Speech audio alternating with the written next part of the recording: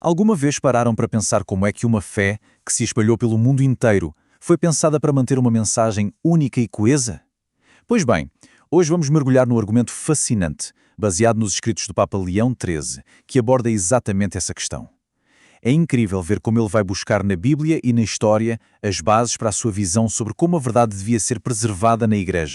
O nosso percurso vai ser bem direto. Primeiro, vamos à raiz de tudo, o chamado bíblico para a unidade. Depois, vamos entender qual era o grande perigo que essa unidade precisava combater. A seguir, descobrimos um mecanismo desenhado para a proteger. Daí, fazemos uma pequena viagem no tempo para ouvir as vozes da antiguidade. E no final, juntamos todas as peças do quebra-cabeças. Muito bem, vamos começar pelo princípio. Para a gente entender bem este raciocínio, temos que ir lá na fonte, que é um apelo muito forte à unidade, encontrado diretamente nas palavras de São Paulo, lá nas Escrituras. E aqui está um detalhe que muda tudo. De acordo com a fonte, o pedido de São Paulo não era apenas para que as pessoas se dessem bem, sabe? A exortação é para uma unidade de espírito e, mais importante ainda, uma só fé. Isso sugere que não se trata apenas de harmonia, mas de um acordo unificado sobre as crenças fundamentais. Mas por que essa insistência toda na unidade? Seria só um ideal bonito? Não.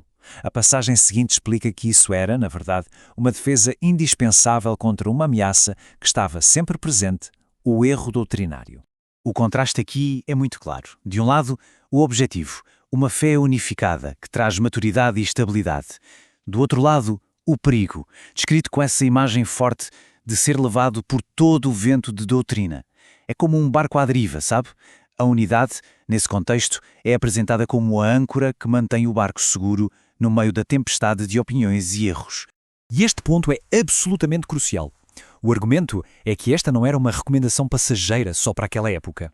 Pelo contrário, a ideia era que fosse uma regra permanente, projetada para durar até o fim dos tempos, como uma espécie de bússola para a comunidade não se desviar do caminho.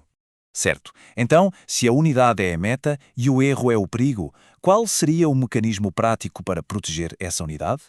Bom, o texto passa a identificar a estrutura específica que teria sido estabelecida exatamente com esse propósito. Essa é a pergunta de $1 milhão, não é? Não basta só querer a unidade. Segundo este raciocínio, era preciso um sistema divinamente instituído para a proteger. Então onde é que está esse sistema? E a resposta que o texto nos dá está aqui. Uma estrutura com 3 funções essenciais: apóstolos, pastores e doutores. É importante notar que o objetivo desses papéis não era o poder pessoal, mas sim servir a comunidade, edificar o corpo de Cristo. Eles seriam, na sua essência, os guardiões da fé. E este conceito aqui é a peça que conecta tudo. A ideia de sucessão apostólica é basicamente como uma corrida de revezamento. A autoridade e os ensinamentos dos apóstolos originais não se perderam quando eles morreram. Em vez disso, foram passados adiante como um bastão de bispo para bispo numa corrente que se pretendia ininterrupta. Agora, vamos avançar um pouco para ver como essa ideia se reflete na história. O argumento não se baseia só na interpretação da Bíblia. Ele vai buscar nos primeiros padres da Igreja testemunhas que, segundo a fonte, defendiam exatamente este princípio da tradição e da sucessão. Só de olhar para esta linha do tempo, a gente já percebe a profundidade histórica do argumento. Não estamos a falar da opinião de uma única pessoa, mas de um verdadeiro coro de vozes, ao longo de séculos super importantes da Igreja primitiva. E o que chama a atenção é a consistência dessa crença ao longo do tempo. Vamos ouvir, por exemplo, o que dizia Orígenes, um dos grandes intelectuais daquela época. Ele dá um aviso muito interessante. Não basta citar as Escrituras. Segundo ele, até os grupos que discordavam faziam isso.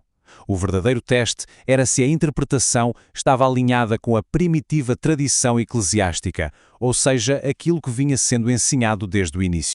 Agora vamos um século para trás, com Santo Irineu. Ele é ainda mais direto. Para ele, a pergunta era: como podemos ter a certeza de que as escrituras que lemos hoje não foram alteradas?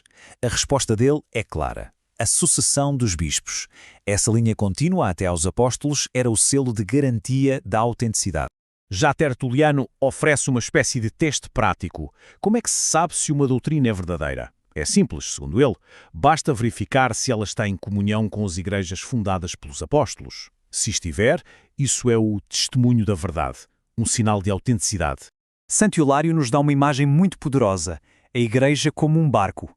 Quem está dentro do barco, em unidade, consegue ouvir e entender a palavra de Deus, Mas quem está fora, na areia da praia, por assim dizer, fica isolado, sem acesso a essa compreensão. A verdade para ele é uma experiência comunitária. E este último exemplo ressalta uma virtude: a humildade intelectual.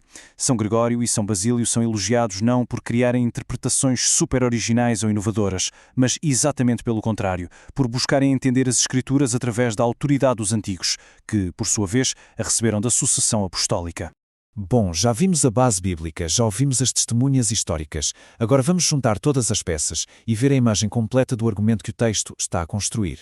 Então, a lógica do argumento é esta. Tudo começa com a ordem bíblica de ter uma só fé.